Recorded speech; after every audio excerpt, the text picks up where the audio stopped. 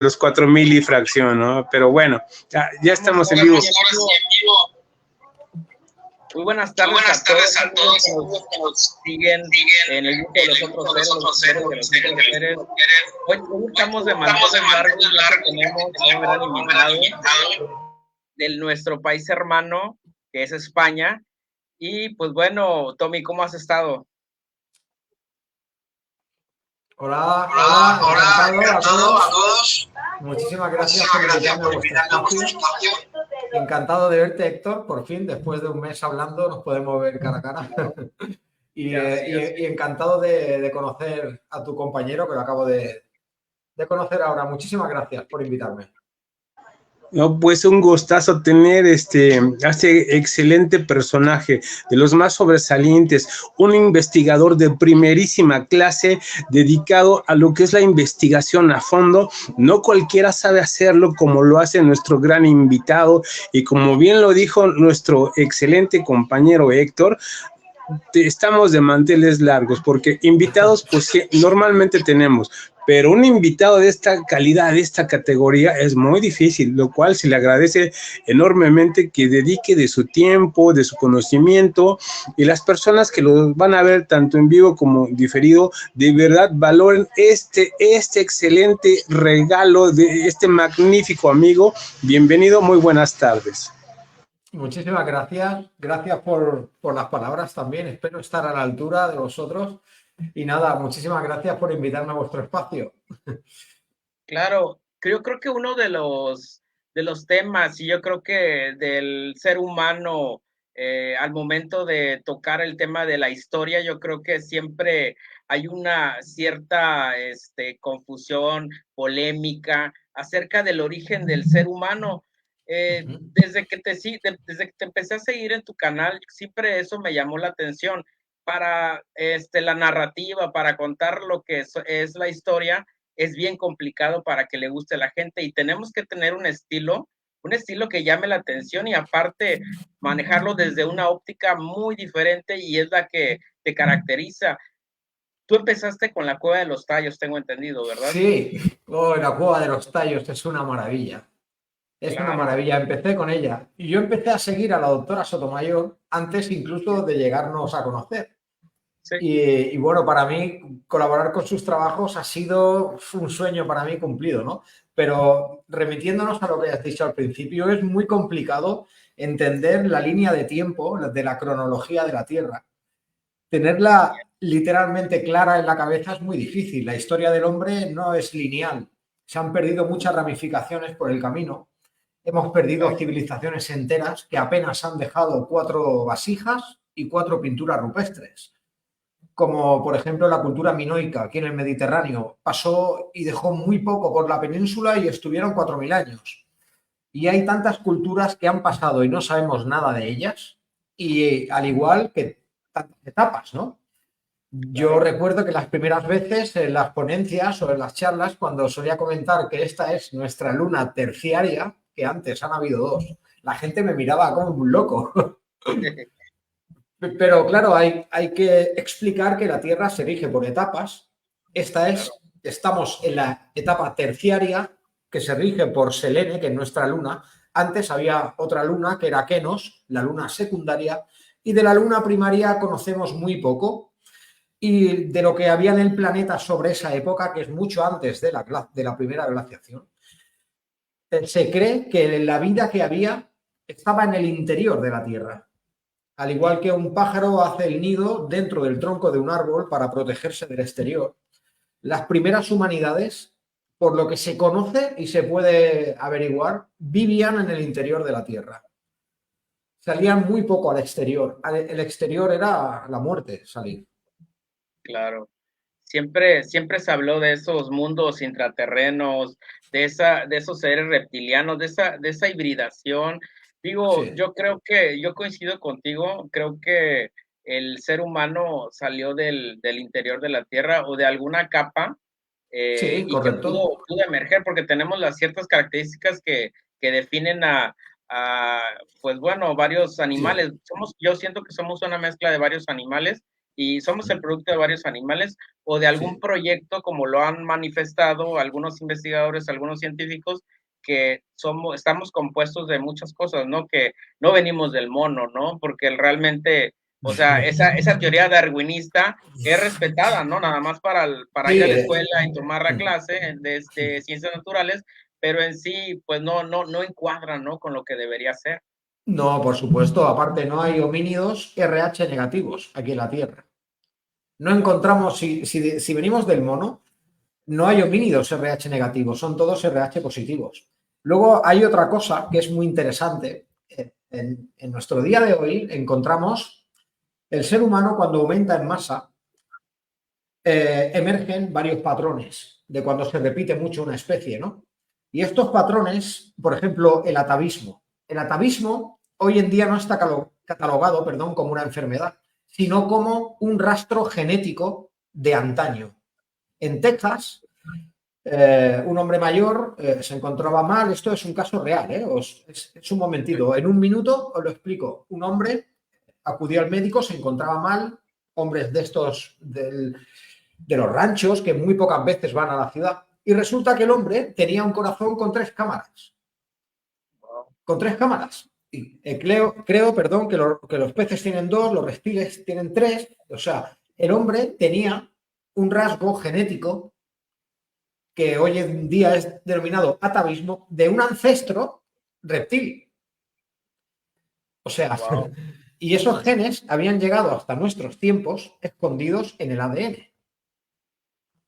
Hay una hipótesis, perdona que me enrolle, No, está bien. Ahora sí que el espacio es tuyo y es información que va saliendo. Vale. Esto, para que sepa la gente, esto no es planeado. O sea, no nos digamos, tú vas a decir esto, no. Aquí esto es misterio, esto es investigación, esto es trabajo de campo también.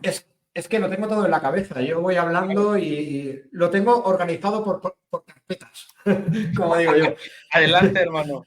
Fue muy curioso porque este hombre, ¿no? Ya conocemos cómo son los hombres mayores de esta generación, fortachones, reacios a ir al médico. Y este hombre, pues bueno, nunca se hizo una inspección interna. Y resultó que tenía atavismo, que es traer a este tiempo un patrón genético antiguo de un ancestro tuyo.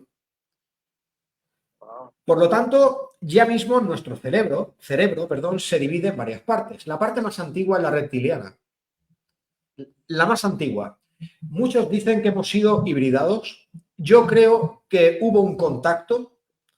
Luego entraremos en detalles si queréis, pero hubo un contacto, un primer contacto, y luego hubo lo que hoy en día se está sopesando como asimilación evolutiva a lo largo de un periodo largo de tiempo. La Tierra se rige por etapas de relativa calma y relativos cambios, que eso obliga a las especies a adaptarte a emerger o sucumbir, ¿no? Por lo tanto, nosotros, sinceramente, lo que se cree a día de hoy por las pruebas que tenemos, somos la evolución de una hibridación. Es lo que somos. Y como muy bien dice la doctora, no somos el producto final. No somos el producto final. Y ciertamente hubo otra etapa en la Tierra, el periodo de la luna Kenos, la secundaria, donde los cráneos alargados que se encuentran tanto en México como en la India, como en Brasil, la ceremonia de alargar el cráneo viene porque antaño los seres más aptos, más inteligentes, tenían el cráneo alargado. Y los nativos de alrededor, porque convivían varias especies, querían imitar. Siempre se ha pensado que la ceremonia de las tablillas era simplemente por deformación del cráneo, pero no es así. Está comprobado, ¿eh? Si tú hoy en día a un bebé le aplicas presión, le puedes llegar a deformar el cráneo, pero nunca aumentarás su capacidad en volumen ni de inteligencia. Simplemente será una modificación ósea. Pero antaño sí, antaño tenían cerebros del doble de capacidad que nosotros. Eran muy inteligentes. Hay una idea en la psique común que es que antes iban con lanzas y con taparrabos. Bueno, sí, en algunos periodos de nuestro pasado sí, pero en otros eran muy inteligentes.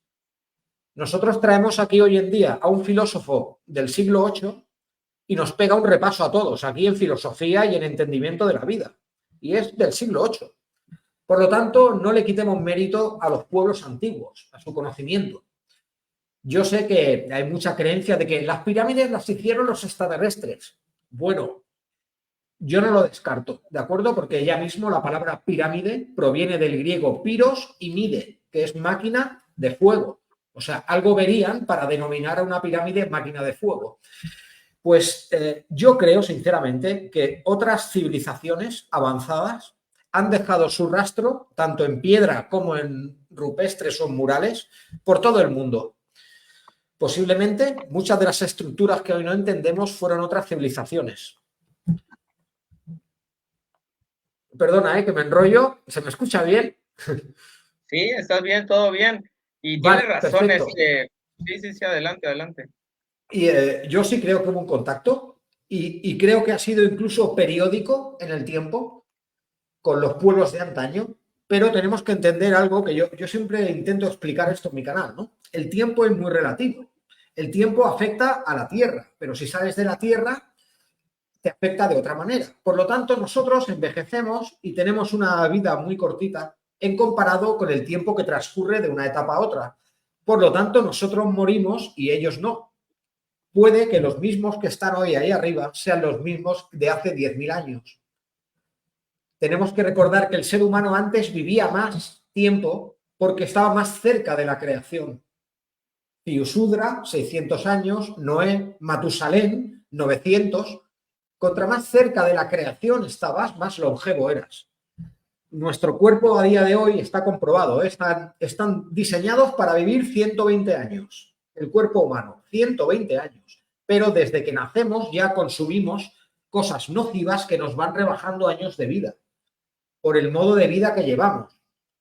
Porque nuestro cuerpo no es el producto final, aún le quedan cambios. Y es lo que intentaron hacer las sacerdotisas de Tiahuanaco o el pueblo tiahuanacota, que fueron los que predijeron el acercamiento y la caída de la luna Kenos, que fue lo que elevó el nivel del mar en el diluvio, y ellos tenían unas capacidades superiores a nosotros. Sí, Pues, claro. estas civilizaciones anteriores no tenemos que quitarle mérito. De no sé hecho, sí. Ahorita que acabas de mencionar lo de Kenos, pues en toda la cosmogonía de las culturas, maya, azteca, los hindús, tiahuanaco, todas estas culturas siempre han mencionado, ¿no? A los astros, bueno. De hecho, hace poco acaban de sacar los científicos la información que creo que también te compartí, creo que ya la sabes, ¿no? Lo del choque de este planeta Tea con la Tierra, y que Teia, debajo de los océanos existe un manto de fragmentos de un planeta que supuestamente colisionó, que encuadra mucho con las teorías que tú manejas, que maneja la doctora Ruth Sotomayor, y que perfectamente ahora sí que estaríamos presenciando cómo fue la construcción de la Luna. Pero bueno, algunas cosas sí varían.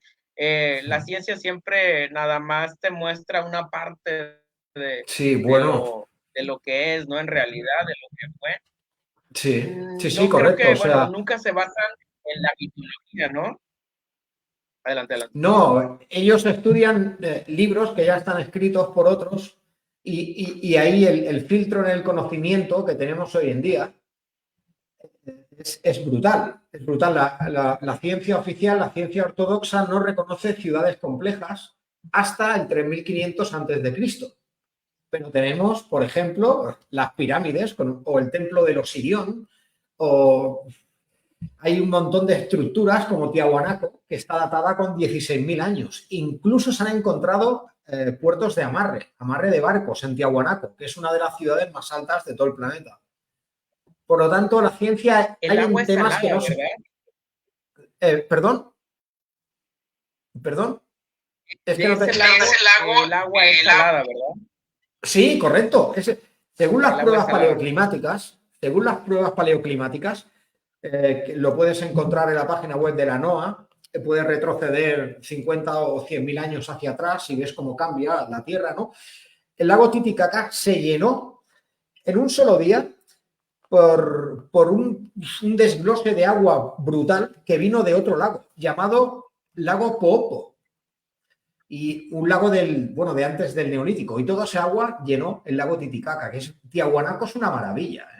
Cuando bajan las aguas del lago, se ven pilares en forma de pergamino que salen del fondo. O sea, solo hay un pueblo hoy en día que construye o construía pilares en forma de pergamino, y son los egipcios, ¿no? Pero claro, en Tiahuanaco estaban antes.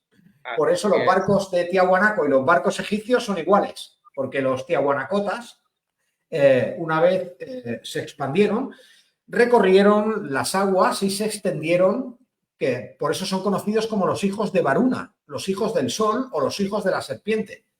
Y llegaron hasta Egipto, por supuesto. Oye, perdón que me enrollo.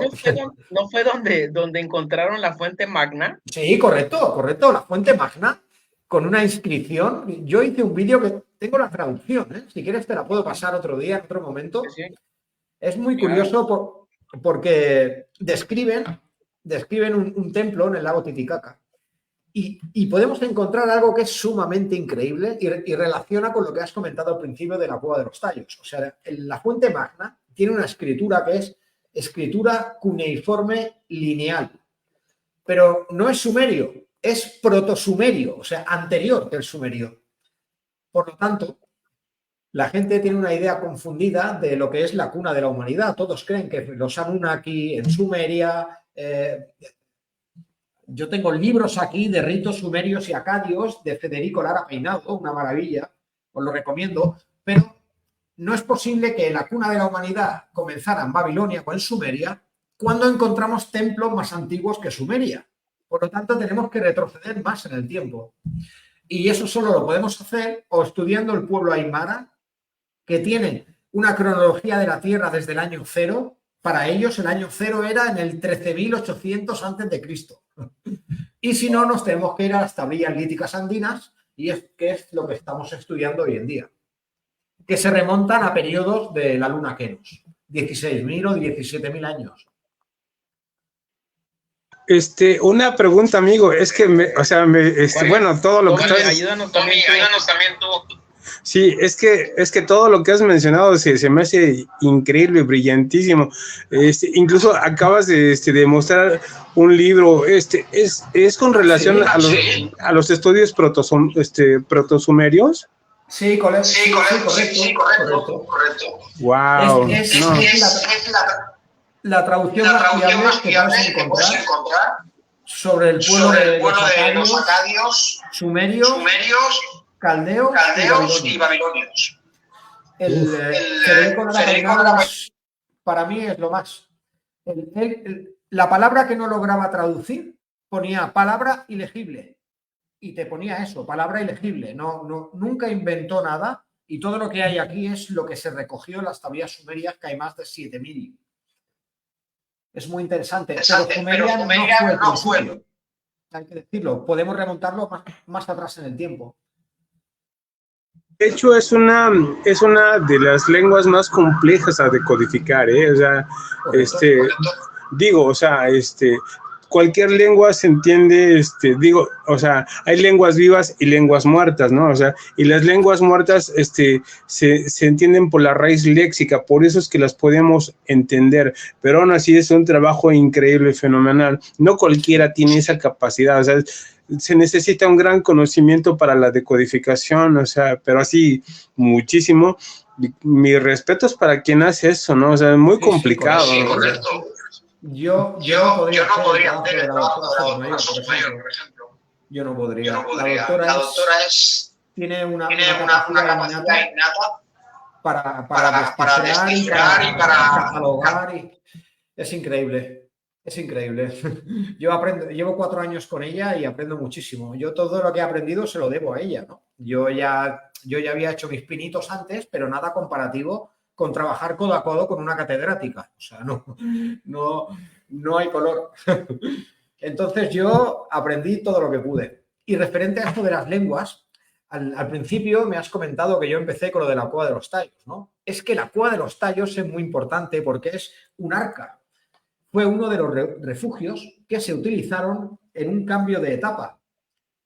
como muy bien dicen las tablillas líticas andinas, cuando bajaron las aguas del mundo entero, 3 pueblos de piel blanca salieron de las galerías de la tierra: los caras, los guaras y los guaranís. ¿De acuerdo? Por lo tanto, en las galerías de la tierra, nadie sabe cuánto tiempo estuvieron refugiados los pueblos de antaño, pero hubo un desarrollo y una evolución ahí abajo, porque salieron 3 pueblos hibridados. Y luego se expandieron por rutas brasileñas. Los caras y los guaras fundaron la ciudad que hoy en día es la ciudad de Quito, y la bahía de Caraqués viene por eso, porque es de la tribu de los caras. Y luego los guaraníes se extendieron por rutas brasileñas y llegaron hasta aquí, hasta la península, por ejemplo. O sea, la expansión después de los diluvios es cierta. Y la hibridación que hubo en las cavernas, cuando pensamos en cavernas, pensamos una cueva con un fuego ahí en el suelo, pero no, ¿eh? Yo he estado en Turquía, en las ciudades subterráneas, 60 plantas hacia abajo, me prohibieron la entrada, y me colé. Me guardé la cámara en mis partes nobles, desde aquí pido perdón. Como en Egipto, ¿no? También. Sí, por ahí te metiste en unos túneles. Es la cámara del caos, o sea, ahí anduviste tú, tocaste ahí, donde ahí. No, casi los turistas no van, o sea. Sí, ahí. Es que es la única manera que tienes para grabar algo. La única manera es esa. Por desgracia, tienes que esconder las cámaras si quieres grabar algo. Y bueno, eso es tocar la historia con mis manos. Yo aún lo recuerdo y aún lo asimilo. Recorrí la pirámide descalzo, ¿eh? Y luego, bueno, luego no podía ni dormir. O sea, oye, cuéntanos esa sensación, porque una cosa es, digo, los zapatos o el calzado normalmente ya sabemos que te protege, pero el solo hecho de estar caminando en un sitio tan especial y sobre todo descalzo, hijos, claro. No, o sea, ¿qué tanto te pasó? Por favor, cuéntanos esa parte tan interesante. Bueno, todo empezó al principio, porque yo estaba hablando con el que era mi jefe en ese tiempo y le decía: Luis, yo quiero sentir la pirámide, muy bien. Pero claro, todos sabemos, hoy en día hay mucha gente que hace meditación, ¿no? Y cosas de estas, hay muchas variantes. Pero los ves y hacen meditación con los zapatos puestos. O sea, el zapato ya por sí es de caucho, te separa de la tierra. El asfalto, incluso de las ciudades, te separa de la tierra. No hay ningún contacto, tienes que irte a la montaña para sentir la tierra bien. En las pirámides es igual. Eso es arqueoastronomía. O sea, es la geometría en la piedra. Es una máquina sagrada, porque son máquinas. Yo creo profundamente que las pirámides se ha demostrado que no son elementos mortuorios, sino que son máquinas. En la Cámara del Caos había túneles de cuarzo por donde los egipcios hacían correr el agua a altas velocidades. El cuarzo y el agua, al roce, crean energía.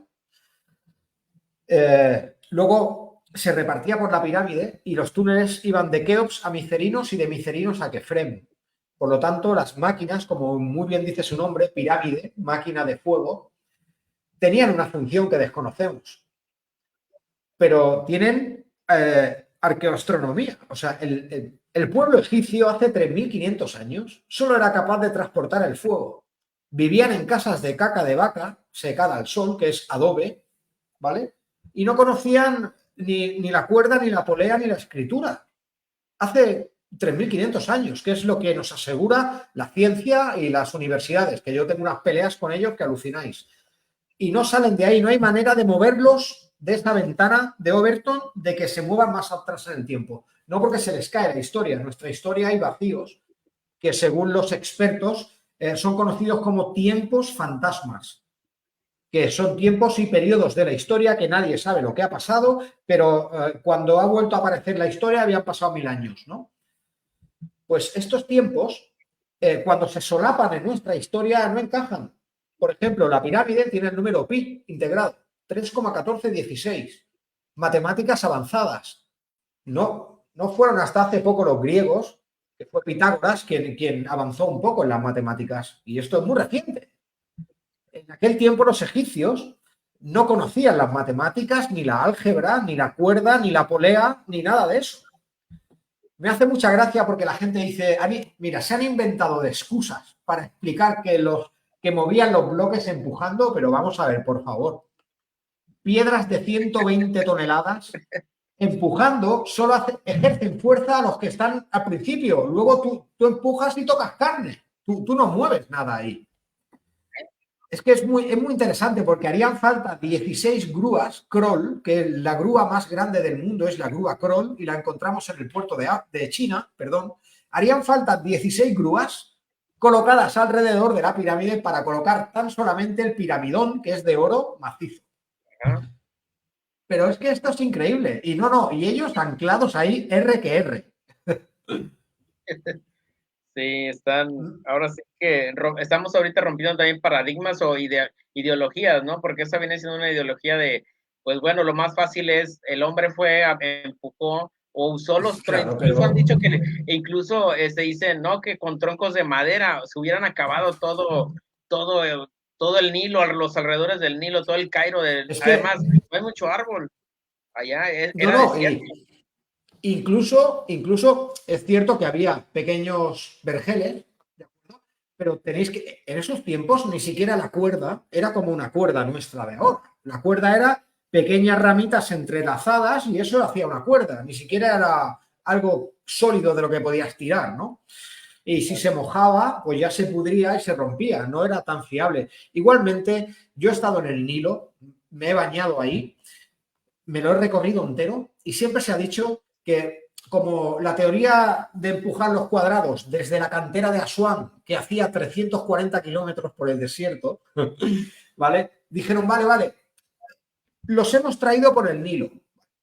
Keops tiene 6 millones de bloques de piedra. 6 millones, solo Keops, ¿eh? Y luego hay 111 pirámides más. No hay ni un solo bloque de piedra en el fondo del Nilo. Si lo hubieran traído por cayucos, por el Nilo, se hubieran caído algunos. Son 6 millones de bloques, ¿no? Alguno tendría un mal desayuno y se le volcaría el cayuco.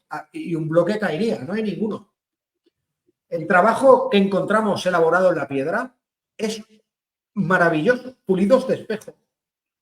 La pirámide está recubierto de otros bloques de piedra que son de mica. La mica es una piedra que es un acumulador de energía. Un acumulador de energía. La piedra contiene la energía, la mica. Por lo tanto, si sumamos el piramidón que era de oro, los túneles de cuarzo llenos de agua corriendo a gran velocidad y el envoltorio de la pirámide de mica, lo que encontramos es un condensador gigante de energía. Y eso es lo que es la pirámide, y no es una, son varias. Y por supuesto que no las hicieron los egipcios, por supuesto. Si ya solo el templo de la pirámide, ya la datación que se hizo databa con 70.000 años. El templo de la pirámide donde está la esfinge. Es muy interesante, pero aquí nos tenemos que derivar directamente a las pruebas paleoclimáticas que nos muestran que, aunque son ciertas las crecidas y bajadas del Nilo, son ciertas, pero eso no explica la erosión que hay en la esfinge, porque hay mucha diferencia entre la erosión por inundación y la erosión por choque de agua masivo, por oleaje. Y eso lo encontramos en la esfinge. Erosión por choque de agua masivo. O sea que eso es marca de... Estaban ahí cuando el primer diluvio o el último diluvio, hace 7.000 años. Wow, la esfinge y las pirámides estaban ahí. Si es que las pruebas están ahí. Yo he estado en el Museo del Cairo y llevan 50 años para terminarlo y aún no lo han acabado. Y las pirámides las hicieron en 22 años, ¿no? Es que los tiempos no cuadran, Héctor, no cuadran. Una pregunta, fíjate que, bueno, o sea, normalmente cuando el ser humano no puede comprender lo que tiene enfrente, es decir, como en este caso las pirámides, o su tecnología es totalmente ajena al conocimiento humano, en el cual no hay que descartar de que no, o sea, si no lo comprendemos, quiere decir que carecemos del conocimiento para interactuar ya mínimo en la parte de inicio, ¿no? Y ni siquiera, digo, tantas generaciones que ya han estado pasando que ni siquiera lo pueden comprender. ¿No daría pauta esto a que realmente pertenece a otra, digo, puede ser a una humanidad totalmente desconocida para nosotros, o incluso vamos a a poner un poquito de tela de juicio en esto, donde podría ser una construcción venida desde otro sitio, otro tiempo, o sea, totalmente, que no hay ni registros como tales. Entender esto, o sea, sobre todo la estructura de las pirámides, es muy complejo, y como bien lo acabas de mencionar, ¿no? O sea, no hay, al menos con nuestra gran tecnología que tenemos hoy en día, o sea, un reconocimiento incluso como para mover una piedra. Ahora, digamos, la construcción total de una estructura enorme, gigantesca, como son las pirámides, no, o sea, no hay comprensión para la mente humana, porque, o sea, esta es una postura mía, ¿no? O sea, yo creo, supongo, en que cuando algo no se entiende, o sea, mencionaste algo padrísimo, bueno, todo lo que has mencionado está súper interesante, ¿no? O sea, pero, o sea, estás refiriéndote a lo que le llaman las cuestiones fantasmas. ¿No será más aplicable como pérdidas de tiempo incomprensibles para el ser humano? Porque no hay eslabón, no existe, no existe para una comprensión. Así es, bueno. O sea, por eslabón me refiero a la continuidad, o sea, donde tú das por hecho de que, o sea, hablas desde un trabajo para llegar a comprenderlo, pero si se te presenta como algo totalmente desconocido o ajeno a tu comprensión, no hay que descartar entonces otros supuestos. No todo es ciencia, o sea, y eso que yo también soy científico. Sí. Y mira que me van a crucificar, ¿no? O sea, pero bueno, o sea, no todo es ciencia desde la perspectiva del conocimiento como tal. La humanidad en sí es un rompecabezas gigantesco que, bueno, o sea, acomodar las piezas como tal es complejo, ¿no? O sea, por supuesto que hablamos de acuerdo a nuestras creencias, de nuestras ideologías, pero también de partes que uno no puede comprender, que no puede conocer, ¿no? O sea, no sé, es una postura que estoy comentando, no sé si agrada, ¿no? Pero es mi punto de vista. Bueno, no, yo coincido contigo, no comprendemos todavía el funcionamiento de las pirámides que hay repartidas por todo el mundo, no solo en Egipto, por todo el mundo. Por ejemplo, en México, en Mesoamérica, ellos son un pueblo más noble y desde el primer momento reconocieron que las pirámides ya estaban ahí cuando ellos llegaron. En cambio, el pueblo de los egipcios no. Siguen empeñados en que las hicieron ellos, aunque no tuvieran ni conocimientos, ni tecnología, ni infraestructura. Porque los dibujos que hemos visto, lo que hay en los libros de universidad sobre las pirámides, no hay ni una inscripción en las pirámides, ni dentro ni fuera, en ninguna. Contra más atrás en el tiempo vamos, menos inscripciones encontramos, pero el trabajo en la piedra es más perfecto. Las inscripciones y los jeroglíficos son dinásticos. Llegaron con las dinastías de los reyes de Egipto. Antes, o después, mejor dicho, de que reinaran las mujeres, porque las originarias reinas de Egipto eran mujeres, eran conocidas como las damas de Amarna, mujeres con el cráneo alargado y ojos azules. Por eso los sarcófagos de los faraones llevan una línea azul aquí, porque los faraones tenían los ojos azules. Y es la manera de representarlo. Al igual que los moáis en la isla de Pascua tenían los ojos azules también, que los Rapa Nui los cogían del fondo del mar, que era un coral azul. Luego se queda blanco del sol, ¿no? Pero es curioso que ambos tuvieran los ojos azules, tanto en la isla de Pascua como en Egipto. Pero a lo que vamos, que es que cuando llegaron las dinastías de los reyes y empezaron a hacer jeroglíficos y altos relieves y bajos relieves, las pirámides y la esfinge ya estaban ahí desde hacía 10.000 años. Y esto hay pruebas en la piedra. Esto está comprobado. O sea, en el Osirión encontramos 12 sarcófagos. Cuando pude entrar yo ahí, verdaderamente me di cuenta de la envergadura de todo esto. Egipto, hay 2 Egiptos. Bajo Egipto, en la arena, hay otro Egipto mucho más antiguo. Por ejemplo, en la Cámara del Caos encontramos una cámara de resonancia olmeca. En el templo, escondida bajo la pirámide, mucho más antigua que la pirámide que está arriba. ¿Cómo es posible que haya una cámara de resonancia olmeca en el fondo de la pirámide, supuestamente en Oriente, del pueblo egipcio? Es incomprensible. Los olmecas son un pueblo de Mesoamérica. Los Sensuor, que la gente está muy confundida, cree que eran algún tipo de entidad o algo. Los Sensuor eran mayas. Por eso en los sarcófagos se encontraban plantas de coca, joyería de jade. Solo en Mesoamérica se trabajaba con jade, en Egipto no se conocía.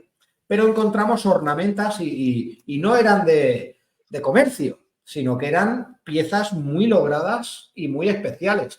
Los Sensuor eran mayas y estaban en las cortes de los reyes interpretando los astros y eran los sacerdotes de allí. Es muy curioso porque en esos tiempos convivían dos especies de humano.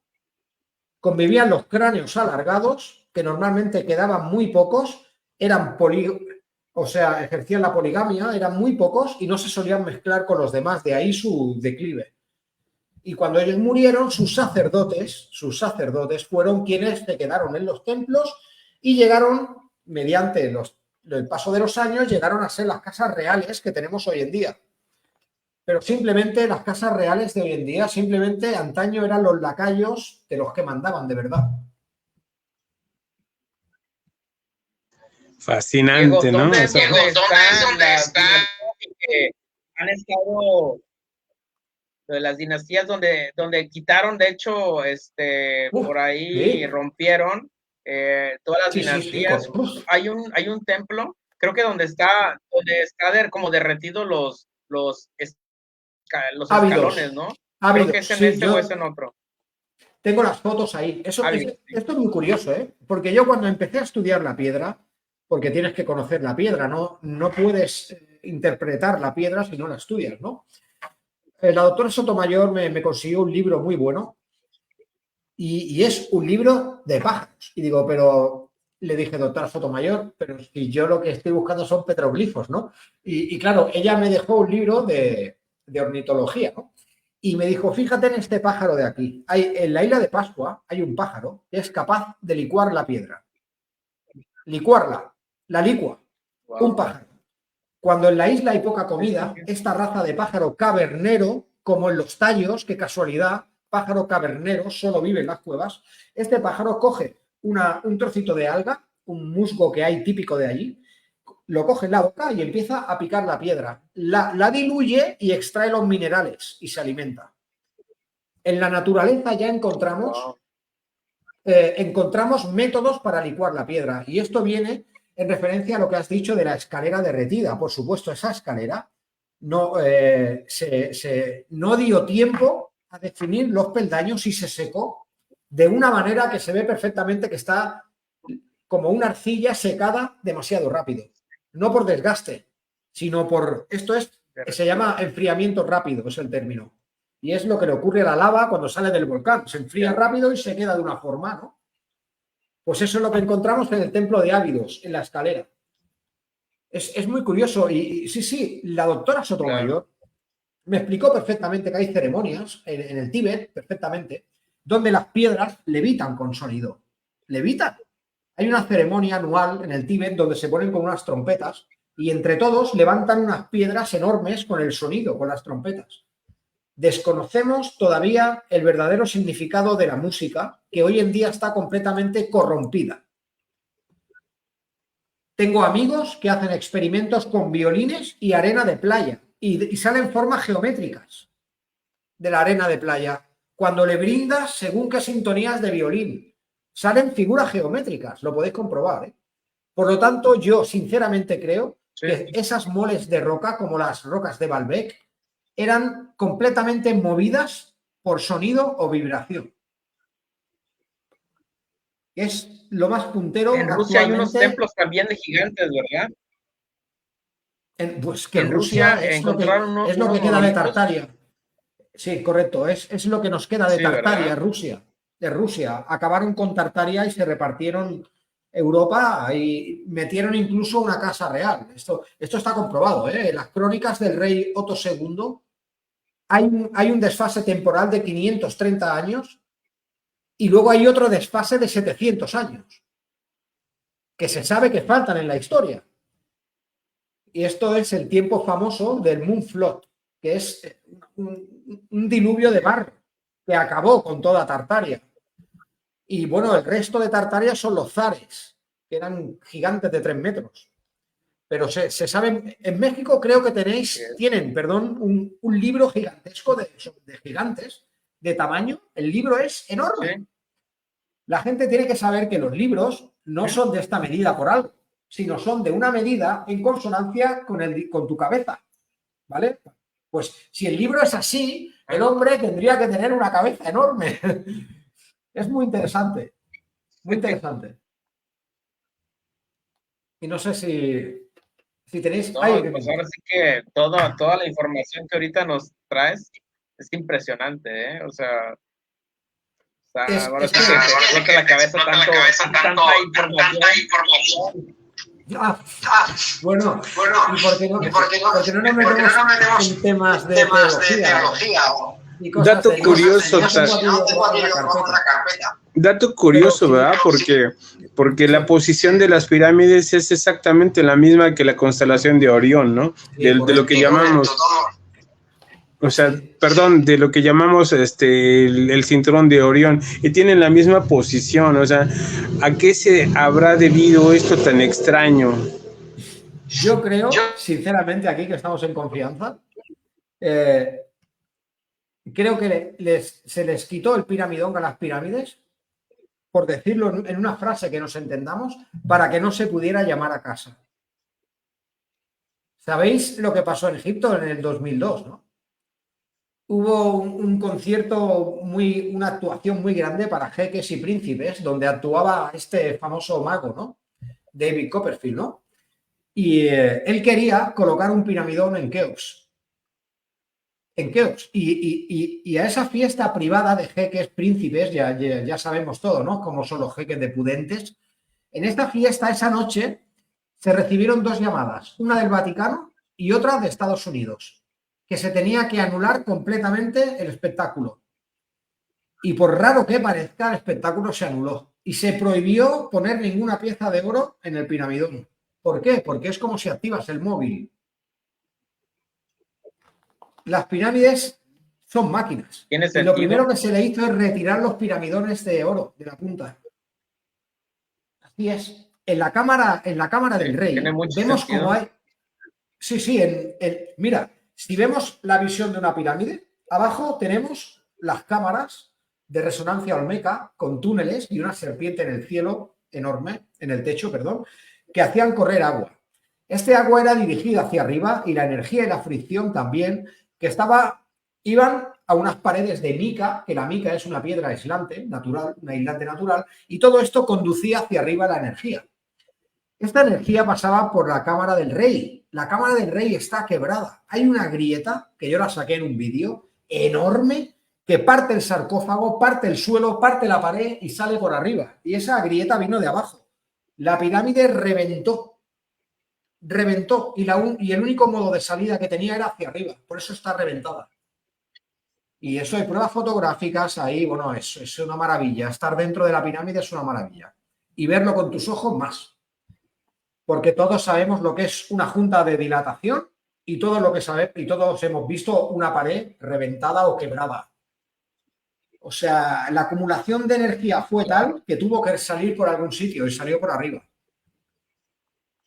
Es interesantísimo las pirámides. Ahí en esa pirámide fue donde se quedó a dormir un día Napoleón, ¿verdad? Napoleón, correcto. Ha habido muchos, ¿eh? Alejandro Magno, Napoleón, ha habido varios. ¿Sabéis quién se quedó también a dormir? Todos hemos visto esta imagen, ¿no? De los egipcios empujando los bloques, ¿no? Para las pirámides y, bueno, 1000 historias. Todos estos dibujos, todo esto, viene de la interpretación de un romano llamado Ptomeo, que él llegó allí a Egipto y vio las pirámides y dijo, bueno, pues esto lo harían empujando. Y dibujó unos bocetos. Y esos bocetos han llegado a nuestros días como si fuera historia verídica, pero no dejan ser de una interpretación de Ptomeo, que fue quien escribió y visualizó las pirámides antes que nadie, Ptomeo. Y no deja de ser una interpretación de cómo él creyó que las hicieron. O sea, la forma más básica, empujando. Es lo mismo que la teoría de Darwin, que se basa en 3 dibujos que son conocidos como los embriones de Haeckel, que se ven tres dibujos evolucionando, ¿no? Darwin era teólogo, eso es lo primero, y lo que no entendía lo achacaba a Dios. Esto, hostia, este animal es muy extraño, esto no sé qué es una criatura de Dios. O sea, es que hasta la teoría de la evolución, si la coges, se cae. Por eso digo que nosotros somos el eslabón perdido. Claro que hubo un contacto, pero hubo una hibridación, hubo una asimilación evolutiva durante milenios y hubo un control dependiendo de X tiempo. Normalmente, cada vez que hay un cataclismo o un evento así celeste, normalmente aparecen. Siempre aparecen, después de cada cataclismo. Siempre. Y la Tierra se rige por etapas. Y últimamente la Tierra está súper movida, por todos los sitios, O sea, esto es alucinante. Es alucinante. Sí, ahorita se está viviendo, estamos viviendo muchos movimientos sociales, ¿no? Se está muy, tal pareciera como si la gente está muy irritada. Está la prueba de lo que está pasando en la Franja de Gaza, en España, simplemente donde tú estás, hay mucha manifestación, ¿no? Buscando que no tienen una finalidad, solamente es por cuestiones, yo creo que de creencias, ideologías que son muy arcaicas, ¿no? O sea, prácticamente se supone que el ser humano ha evolucionado, pero realmente estamos retrocediendo, ¿no? Estamos involucionando. Correcto. Como muy bien hemos descrito aquí antes, creo que el punto álgico de la humanidad fue antes de la caída de la luna Kenos. Actualmente creo que el estancamiento del ser humano, todo el conocimiento y todo se ha volvido visceral, se ha volvido radical y se ha volvido egoísta. O sea,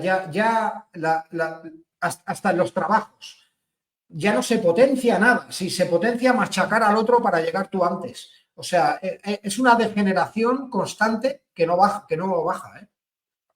Yo lo siento mucho por si soy pájaro de mal agüero, pero creo que la humanidad es muy permeable a las cosas malas. Cada vez que pasa algo malo, se empapa muchísimo. Digamos que es mucho más fácil ser un desalmado que ser un buen tío. Hoy en día es más fácil ser malo. Lo jodido es ser buen tío. Entonces, la mayoría que se mueve por masas, pues opta por lo fácil. Y claro, optar por lo fácil, eso significa que tú dejas todos tus encargos a otro, que te lo hagan todo. Y así no se puede vivir. Así no se puede. Y aquí en España estamos fatal, en el mundo entero. Pero bueno, como dice la doctora, estamos en el Kali Yuga, que es la etapa de las bajas pasiones y donde todo mal se verá y aflorará. Lo bueno es que luego viene otra etapa, pero de momento tenemos que pasar esta, que es bastante complicada. Pregunta, ya que de alguna forma puede, digo, no sé, no tengo pruebas para demostrar esto, ¿verdad? Pero que de alguna forma las pirámides están alineadas a la constelación. Eso podría indicar el que encuentren tan fácilmente en nuestro planeta las razas alienígenas, porque bueno, o sea, si somos realistas, agarramos una imagen de cualquier constelación, la que te gustes, o sea, la que te gustes, y tanto a lo largo como a lo ancho están medidas por años luz. Estamos hablando o sea, cuerpos gigantescos, ¿no? Y entonces dentro del mismo hay soles, universos, planetas, cómo nos encuentran, ¿no? A mí me llama mucho la atención esa parte, ¿no? O sea, sí. En una de las tablillas críticas andinas que logró traducir la doctora, que sale en uno de sus libros, había dibujos de mapas estelares. Mapas estelares de los Apu Apa incas y de los mayas. Por lo tanto, tú no tienes un mapa estelar para no utilizarlo. Tú tienes un mapa estelar basándose en en la capacidad y en el giro de los planetas para aprovechar su trayectoria y salir disparado hacia otro, o aprovechar el acercamiento de dos galaxias para saltar de un punto a otro. Los Caras, los Apa Incas, tienen mapas estelares, al igual que los mayas. De hecho, la NASA, ya sé que no hay nadie más mentirosa que la NASA, ¿no? Pero si algo tiene la NASA que es verdad son sus mapas, porque las bases son los mapas mayas. Las bases de los mapas de la NASA son los mayas. Y si recordamos la historia de los mayas, ellos cuentan que la primera cosecha de humanos vino de las Pléyades y de Orión, que yo hace poco subí un vídeo de este tema, ¿no? No me quiero poner en plan técnico, ¿no? Pero la primera cosecha de humanos vino de las Pléyades o de Orión. Por eso Orión es conocido como Irat Atra, que es la primera cosecha. Y esto lo dicen los mayas, no lo digo yo. Por lo tanto, hay algo que nos enlaza directamente con las estrellas. ¿Por qué miramos siempre a las estrellas? ¿Por qué algunos estamos fascinados con ellas? Pues porque miramos a casa. Porque miramos a casa. En algún momento nosotros hemos venido de allí. Nuestro ADN, las cadenas nuestras de ADN, tardan en ensamblarse más de 50.000 años, más de 100.000, más de 4.500 millones de años. Y la Tierra solo tiene 4.500. Por lo tanto, nuestro ADN vino de otro lugar, porque la Tierra es muy joven para que nuestro ADN se ensamble aquí. Ya vino ensamblado. ¿Lo trajeron? No lo sé. Vino por la conocida teoría de la panspermia, que es vida teledirigida de un punto a otro. Mediante observación ves el proceso de cómo va floreciendo. No lo sabemos, pero contacto hubo. Y que no somos de aquí, también. Está clarísimo. Nosotros somos el eslabón perdido, somos la adaptación de una evolución. Pero no somos el producto final, ¿eh? El proyecto hombre no está terminado todavía. Hijos, ¿cómo vienen más preguntas, ¿no? Con relación a esta parte tan increíble de, o sea, si es que realmente esto es así como lo comentas, pues imagínate para que estén tan interesados, porque de hecho, o sea, sí se ha visto que últimamente, pues los alienígenas, o sea, se manifiestan cada vez más, o sea, si se manifiestan es porque hay algún interés por parte de ellos, ¿no? No nada más es la cuestión de la observación, sino cada vez se acercan y se acercan, o sea, por historia también sabemos que de que no son tan abiertos, ¿no? O sea, son muy reservados. Sin embargo, no sé qué ha pasado en ellos, que de repente, pues ya los puedes ver en cualquier lado del mundo. Normalmente era por horas, ahora incluso esas partes de observación se han modificado, o sea, de una manera tremenda, ¿no? O sea, pero bueno, o sea, yo tengo entendido que cuando estás, manifestándote de esa parte es porque hay un interés muy marcado, ¿no? O sea, interesantísimo porque digo, o sea, estamos hablando desde la enormidad del cosmos, desconozco, no tengo la más mínima idea de cuántas razas reales puedan existir, pero de que están interesadas en la vida humana, o sea, sí, o sea, hay, por supuesto, ¿no? O sea, los que vienen con la mente científica, o sea, para analizar, o ve tú a saber exactamente qué es lo que estudian de nosotros, ¿no? Pero de que hay un interés, y yo digo, o sea, respeto las creencias de las personas, sin embargo, no, o sea, en algunas cosas, pues no estoy de acuerdo en eso, de que los mencionan, de que es que vinieron y me enseñaron. Bueno, o sea, no hay pruebas, en mi opinión, ¿no? Es mi punto de vista, ¿no? O sea, sí, más bien los veo como reservados, porque le comentaba a Héctor una frase muy interesante, o sea, bueno, o sea, como lingüista como tal, que esa es mi especialidad, o sea, le cité una frase muy interesante, que la lengua nos hace seres sociales. Esto es verdad. O sea, correcto. Sí, correcto. Tú interactúas con quien sea por medio del lenguaje, pero si no quieres hacerlo, entonces quiere decir de que hay una reserva. Y en cualquier parte que tú estudies, o sea, siempre es por cuestiones de lenguaje, siempre, siempre, siempre. Y entonces, lo que se diga, lo que se analice es por medio de esta parte tan importante. Pero en muchas observaciones, incluso de los grandes investigadores como John Mack, la doctora Carla Toner, o sea, Salvador Freixedo, o sea, por mencionar algunos cuantos, los encuentros en su gran mayoría, los alienígenas no vienen a entablar un diálogo, en su gran mayoría vienen a estudiar, o sea, ¿qué pasa? No hay diálogo, significa, o sea, esto te lo digo como profesionista, si dentro de cualquier cultura uno está interactuando por medio del lenguaje, quiere decir que hay una apertura de comunicación, pero también un intercambio de conocimiento. Y la gran mayoría de los alienígenas no asumen esa postura, sin embargo, están presentes. Ese es un tema muy interesante, ¿no? O sea, nadie lo ha tocado, eso jamás, ¿no? O sea, sí. O sea, adelante. Yo creo que al ser seres tan evolucionados, porque de verdad que nosotros nos basamos en el carbono, ¿no? Nuestra vida, pero puede haber vida basada en el silicio, puede haber vida basada en otros tipos de plasma, como se acaba de encontrar ahora otro tipo de fuerza de la naturaleza que se desconocía, que es el plasma también.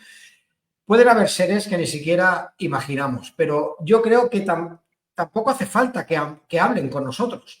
Tan solo el hecho de presentarse ante nosotros y que tú concibas lo que estás viendo, eso ya es un cambio de paradigma para la persona, ¿eh? Yo he fotografiado cosas en el cielo, anomalías, si queréis, en otro momento os pasaré las fotos, y lo que a mí me ha dicho mi cuerpo allí en ese momento es: sal de ahí pitando, porque yo estaba allí solo y la verdad es que un escalofrío me recorrió el cuerpo. Y bueno, fue alucinante, pero yo no sabía que había fotografiado, pero eso estaba ahí. Y mi cuerpo me dijo: sal de ahí. Pero fue irracional, ¿eh? Fue irracional. Por lo tanto, yo creo que ellos buscan algún tipo de respuesta en ti. No creo ni que te quieran hablar directamente, como muy bien nos has explicado. Simplemente el simple hecho de verlos ya genera un cambio. Estás viendo algo que no es de este mundo. Tu psique va a cambiar para siempre. Tú no vas a dormir siempre igual ya por las noches. Hay un cambio en ti, en tu percepción. Por lo tanto, no creo ni que haga falta que nos hablen. Ya es bastante impactante ver algo. Ver algo que sabes que no tiene que estar ahí. Por supuesto. Yo vivo aquí en la montaña, ¿no? Conozco cada estrella del cielo. Coincide mucho lo que estás comentando. Sí, claro. Sí, perdón, dime. Coincide mucho con lo que al momento de tener un contacto, al tener un contacto, yo creo que esas características, ¿no? Donde luego te pones en un estado de alerta, que sabes que estás ante algo que es desconocido, que no tienes ningún referente, ahora sí que de información, ningún referente cultural que se asemeje con lo que estás viendo en otro plano, pues obviamente que nos impacta y nos deja, pues ahora sí que más confundidos de lo que a veces pues estamos, ¿no? Y pues bueno, eso ahora sí que hemos tocado ahorita un montón de temas que me agrada, o sea, de hecho yo le había comentado de ti a Tommy, me dijo, no, invítalo, o sea, realmente empezamos a publicar tus videos en TikTok y en YouTube, o sea, para hacer como una invitación. Fíjate que la respuesta fue muy buena. De hecho, pues ahorita me gustaría, ahora sí que retroceder un poco en lo que como iniciamos, porque sí me gustaría que nos compartieras, porque tú tienes en tu canal un video donde, bueno, has hecho varios, donde pones la cronología del ser humano, ¿no? O del planeta. Sí, correcto. He hecho varios. Esas etapas, tú lo has, ahora sí que, lo has compartido, pero como continentes, como civilizaciones. ¿Nos puedes compartir un poco por etapas, de eso? Por etapas. Sí, bueno, lo que hemos logrado deducir de las tablillas líticas andinas es que han habido varias etapas en la Tierra, varias lunas nos han predecido. Esta es Selene. se llama Selene y le pusieron el nombre los griegos antes de que Grecia fuera Grecia. Grecia antes se llamaba Guilca y era la punta de lanza del ejército de tierra que enfrentó a los atlantes. ¿De acuerdo? Selene le pusieron el nombre los griegos porque dicen que el pueblo de los griegos estaba antes de que esta luna llegara. Por lo tanto, tenemos etapas en la Tierra que había luna y no había luna. Al igual que en las costas de Marfil de África hay narrativas de la gente de allí que te cuenta que su pueblo está ahí antes de que la luna llegara.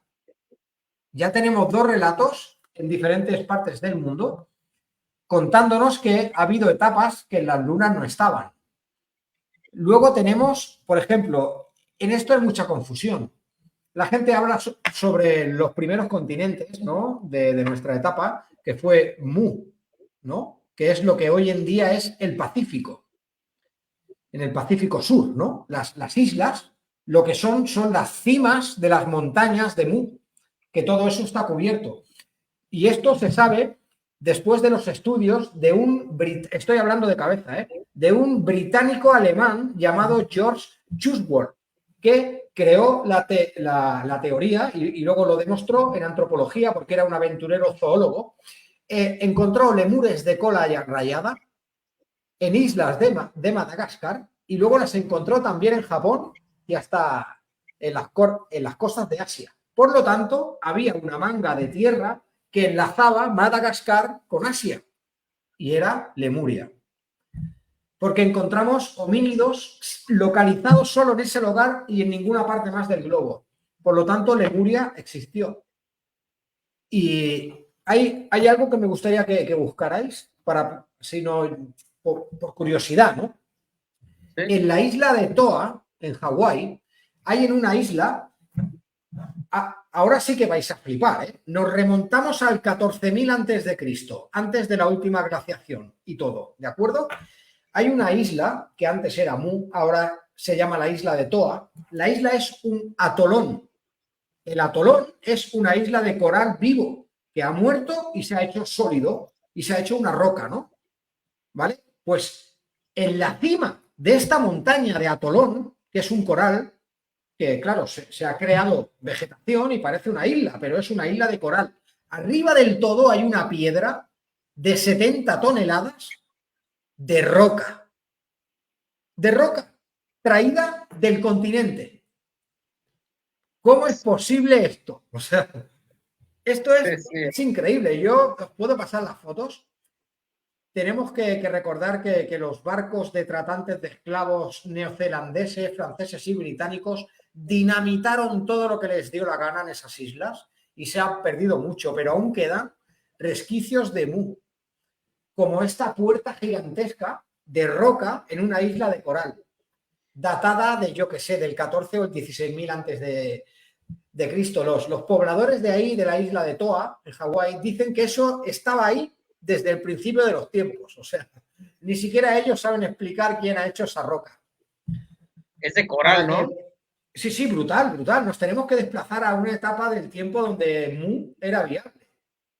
La sociedad o lo que se sabe sobre los lemurianos eran muy inteligentes, expertos acuíferos, y se extendieron por todo lo que es hoy el Pacífico Sur. Por eso, si esto es muy interesante, perdón, a mí me encanta la antropología, ¿no? He tenido que estudiar los pueblos antiguos y las diferentes razas. En el pueblo del Pacífico encontramos una raza sumamente importante para nuestra historia, que si quieres encontrar un humano que no esté cruzado con el cromañón o el neandertal, tienes que ir al Pacífico Sur. Y están estos nativos de allí que son... de piel oscura, con el pelo rubio rizado y ojos azules. Esos son los descendientes de los lemurianos. Esos son. Y si analizas ese ADN, no está mezclado ni con neandertal ni con cromañón. Por lo tanto, tenemos una línea de sangre aquí en la Tierra actualmente que es lemuriano. Son los pobladores del Pacífico, los conocidos como negros rubios, con el pelo rizado de las islas. ¿Sabéis? Pues la genética de estos pueblos es hiper antigua, no tiene nada que ver con la nuestra. Nosotros estamos mezclados De hecho, la raza aria nació después del diluvio, de ahí los pelirrojos. Los pelirrojos hoy en día se podía considerar como una raza porque su piel necesita menos melatonina para vivir, necesita menos luz. ¿Por qué? Porque fueron y evolucionaron en tiempos donde no se veía el sol, en tiempos donde la raza humana, pues aquí arriba no se podía vivir y vivían abajo. Esto es súper interesante. Son más fuertes, ¿eh? Los pelirrojos son más fuertes que nosotros. Se necesita más cantidad de anestesia para dormirlos. Si van al dentista necesitan más anestesia. Las mujeres pelirrojas suelen ser más fuertes que las mujeres de otro tipo. Y no solo eso, hay otros cambios que son una pasada.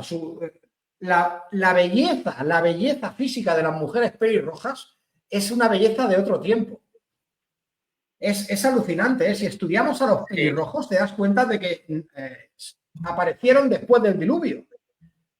Sí. En serio, de verdad, en todos los textos antiguos, yo que he leído la biografía germana de los pueblos arios, o sea, es alucinante.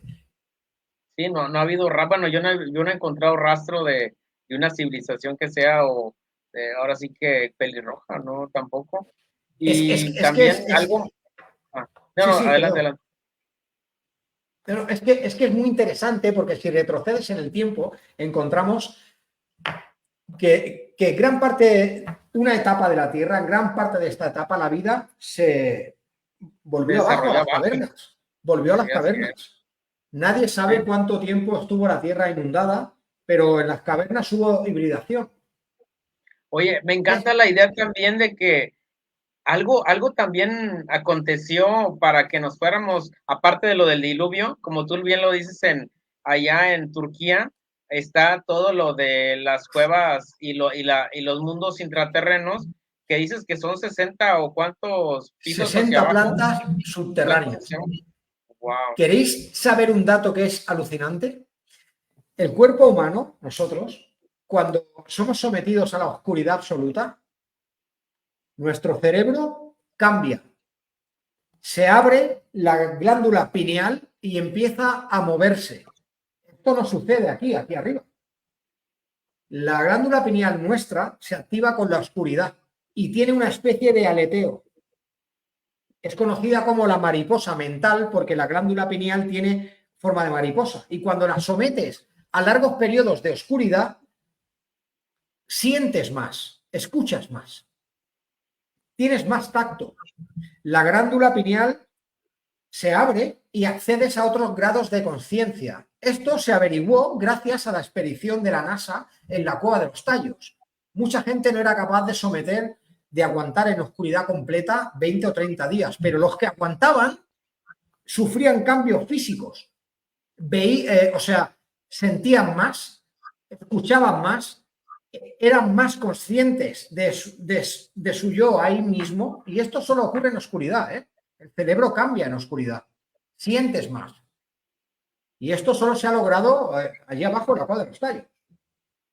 Y ahora que volvemos aquí, me gustaría recordar algo. El pájaro tallo cavernero, que es un pájaro sagrado, este pájaro antiguamente por el pueblo de los Taltos o el pueblo de los Viracochas, que son como los nativos Shuar llaman a los del mundo subterráneo, los Viracochas, ¿de acuerdo?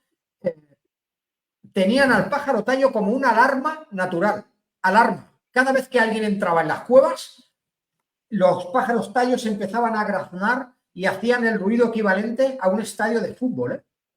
Aquello es espectacular.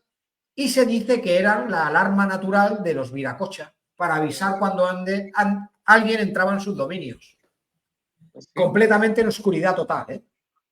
Me gustaría que vierais un reportaje que hay de Proyecto Telefónica, que se ha gastado 1 millón de euros para bajar a la Cueva de los Tallos, y yo lo he subido a mi canal, la entrevista, y ellos mismos dicen no podemos decir lo que hemos visto porque no nos vais a creer. Pero sí os voy a decir algo. Hemos visto un texto de 13 metros por 2 metros de una lengua que ninguno de nosotros ha conocido jamás, ni habían visto antes, y esto es público. El equipo Telefónica, 1 millón de euros se ha gastado para bajar allá abajo. Allí abajo hay algo. algo muy importante para la humanidad, que es una cápsula de tiempo. Las cuevas son cápsulas de tiempo. Y gran parte de los secretos de nuestra humanidad está ahí. Perdón. Muchas cosas se perdieron, ¿no? También con el incendio de lo que era la iglesia del Padre Crespi. Sí. Todo. ¿Sabéis lo que hicieron los británicos, que son muy listos? Estos son muy listos. Catalogaban las piezas como piezas falsas para poderlas sacarlas del país. Y se hizo un expolio brutal. Sí. Se hizo un expolio brutal. Es una locura. O sea, falta una biblioteca entera. Falta. Incluso aquí en mi pueblo, en Barcelona, sé que hay piezas de la biblioteca de Padre Crespi en colecciones privadas. Piezas auténticas. Tenemos que recordar cuando Stanley Hall, que está en YouTube este vídeo, el grande de Stanley Hall, del famoso libro Archivos de Atlantis. Stanley Hall estaba obsesionado con encontrar una plancha de oro del tamaño de una pared enorme, donde se narraba cómo algo cayó a la Tierra y se aprovecharon los materiales de esta piedra o roca que cayó del espacio para hacer diferentes objetos. Y esto estaba en una plancha de oro y Stanley Hall visitó al Padre Crespi y se quedó a vivir allí 20 años, se nacionalizó allí y se quedó a vivir para siempre, un británico. Se quedó a vivir para siempre en el Perú después de lo que había visto allí, en frontera de Ecuador, Perú-Ecuador. Ya sé que hay mucha batalla entre peruanos y ecuatorianos, pero hay que decir que es que han provocado esa batalla hasta potenciado por los ejércitos. Crearon un conflicto civil en la frontera para imposibilitar el acceso a la cueva. O sea, si es que nos ocultan información por todos los lados. Es increíble. Sí, es. Perdón si me enrollo hablando, que ya sé que yo empiezo a hablar y no paro. No, y eso me encanta porque ahora sí que estás compartiendo todo tu conocimiento y es valiosísimo, ¿no? Y aparte, también te quería decir cómo andamos de tiempo, porque ahorita dije, bueno, ya tienes una hora hablando, platicándonos todo, que para nosotros... Mira, si os parece bien, podemos dejar otra parte para otro día, otra charla. Perfecto. Y vamos dejando esta, si os parece bien, que casi todo el rato he hablado yo, me siento fatal por no dejaros hablar. No, y está bien, o sea, ahora sí que tú eres el invitado y a eso venías, ahora sí que a compartirnos todo ese conocimiento y a que algún público que nosotros tenemos que le encanta también todo lo del misterio, lo de la historia antigua, la historia oculta, pues obviamente que tiene que ser compartido. Yo creo que eres uno de los investigadores que más respeto en redes sociales, porque hay gente que nada más se dedica a repetir y no investiga. Yo he visto que hasta agarran información tuya, en otros canales para supuestamente darla como propia, ¿no? Pero bueno, ya lo he visto, ya. Lo he visto, pero si tengo algo bueno es que yo no suelo mirar otros canales de no sé qué tipo de contenido suben ni cosas de estas. Yo me empapo de la doctora y de otras fuentes, ¿no? Pero intento averiguar, aunque sea comprando libros en el extranjero, porque muchos libros están en habla inglesa, son muy buenos, pero no llegan a nosotros, ¿no? Entonces estamos muy limitados en conocimiento, pero hay muchos libros maravillosos como los de Graham Hancock, que te explica perfectamente por qué no encontramos nada más, si es porque está todo bajo el agua o bajo tierra. Pero sí es cierto que hoy en día es muy fácil hacer refritos. Es que YouTube se nutre de refritos. Es que es así. Entonces, cuando alguien toca otros temas y profundiza, pues claro, la gente coge de aquí, coge de allí y luego te roban el contenido. Pero sí, bueno, es natural en el hombre. El hombre es así, el hombre. Sí. Pero bien como dice mi amigo, perdón, Sí, o sea, como dice Héctor, o sea, pocos investigadores, la mayoría pues andan agarrando información de por aquí y por allá, y mira, no está mal, pero siempre y cuando la estudien, o sea, sepan exactamente qué es, ¿no? O sea, porque si nada más van a andar copiando y bueno, o sea, y la verdad que apenas esto como que está agarrando, jale, pero ya también, o sea, es un poco tarde para ti, ¿verdad? Sí, bueno, son casi las 10:30. y ya tendría que ir cortando la emisión. Bueno, pues ya, o sea, ahora sí que vamos a despedirla, despídela, mi estimado Héctor, y un gustazo que estés aquí con nosotros. El gustazo ha sido mío. De verdad, muchísimas gracias por invitarme. A veces casi no tengo tiempo porque tengo trabajos, estoy súper ocupado. Pero muchísimas gracias por invitarme. Y siempre que me llaméis, yo acudiré para hablar del tema que consideréis apropiado. Y yo encantado de estar aquí. Y un saludo para todos vuestros oyentes. Y nada, que ya sabéis, no somos los primeros. Y antes de que se acabe este mundo, nos vamos a enterar de qué ha pasado aquí. Claro. Muchas gracias, Diego. Sigan por favor el canal de YouTube. Quieren ver más unos probaditos de todo lo que Diego. Muchas gracias, muy amable. A vosotros. Hasta luego, muy buena.